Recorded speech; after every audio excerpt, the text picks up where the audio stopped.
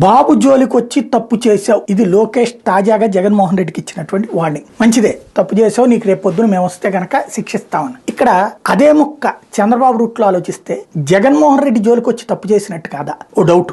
ఎందుకంటే కాంగ్రెస్ వర్సెస్ తెలుగుదేశం కదా, మరి జగన్మోహన్ రెడ్డి వర్సెస్ కాంగ్రెస్ అయితే జగన్మోహన్ రెడ్డి తండ్రి రాజశేఖర రెడ్డి ఎవరు, నా మంచి మిత్రుడు అని మధ్యన ఇంటర్వ్యూలో కూడా చెప్పాడుగా చంద్రబాబు నాయుడు వాళ్ళ సొంత బామ్మర్ది బాలకృష్ణకి. మరి అంత స్నేహితుడైన రాజశేఖర రెడ్డి కొడుకుని కాంగ్రెస్ పార్టీ వేధిస్తుంటే ఏడిపిస్తుంటే, ఏమబ్బా నీకేం కాదు, ఏం జరగదులే, నువ్వు జాగ్రత్తగా ఉండు, నేను ఉంటాను నీ వెనకాలని చెప్పచ్చుగా. అప్పుడు చంద్రబాబు దేవుడయ్యేవాడు, జగన్మోహన్ రెడ్డి ఆయన్ని పినతండ్రిగా భావించేవాడు, లేకపోతే గొప్ప నాన్న స్నేహితుడిగా గౌరవించేవాడు. అంతే కదా, జగన్ అనేటువంటి ఒక్కడిని దెబ్బ కొట్టడానికి. ఆ టైంలో ఏం చేయాలి, జగన్ నీ కోసం మీకున్న వ్యక్తిగత కక్షల కోసం రాష్ట్రాన్ని విడదీస్తావా, ఎవరమ్మా నువ్వు తీయడానికి అని చెప్పడం మానేసి, విడదీస్తావా లేదా కిరణ్ కుమార్ రెడ్డి నీ మీద అవిశ్వాస తీర్మానం పెడతానంటూ చంద్రబాబు నాయుడు. ఇదొక విచిత్రం. అదే జగన్మోహన్ రెడ్డి కేసులో ఎందుకు తెలుగుదేశం ఇంప్లీడ్ అవ్వాలి, అసలు తెలుగుదేశానికి ఏం సంబంధం దాంట్లో ఇంప్లీడ్ అయ్యింది అంటే. మరి జగన్ జోలికి వెళ్ళింది చంద్రబాబు జోలికి జగన్ వచ్చాడు.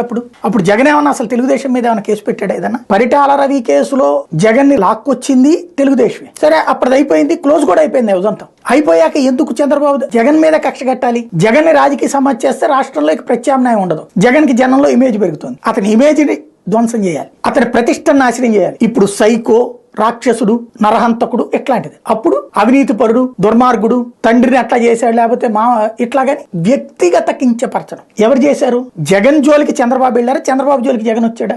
జగన్ జోలికే వచ్చాడు చంద్రబాబు. తను తిప్పలేదో తను పడ్డాడు, జైల్లో నుంచి బయటకు వచ్చాడు, ప్రధాన ప్రతిపక్ష నాయకుడు అయ్యాడు, 67 సీట్లతో గెలిచాడు. సరే, అసెంబ్లీలో మాట్లాడనీయం, అతను మాట్లాడడం లెగిసినప్పుడల్లా యనమల రాకేష్ లెగుస్తాడు, అచ్చెన్నాయుడు లెగుస్తాడు, నిమిషానికి 4 లెగుస్తారు. ప్రతి ఒక్కడు మాట్లాడేది ఆ కేసు గురించి కానీ ఆ చట్టం గురించి కానీ మాట్లాడు. జగన్మోహన్ రెడ్డి అవినీతి పరుడు, ఎట్లాంటి అవినీతి పరుడు ఉన్నటువంటి ఈ సభలో ఉంటే నాకు సిగ్గేస్తుంది అధ్యక్ష అన్నటువంటి అవినీతి పరుడు ఇదే పాయింట్ కదా. మరి ఎవరు రెచ్చగొట్టారు అతన్ని? ఎవరు జోలికి వెళ్ళారు? అతని జోలికి ఏమైనా శిక్ష పడిందా? ఇప్పుడు చంద్రబాబుకి శిక్ష పడలా, మరి అవినీతి పరుడు అనే కదా ఇప్పుడు కేసు.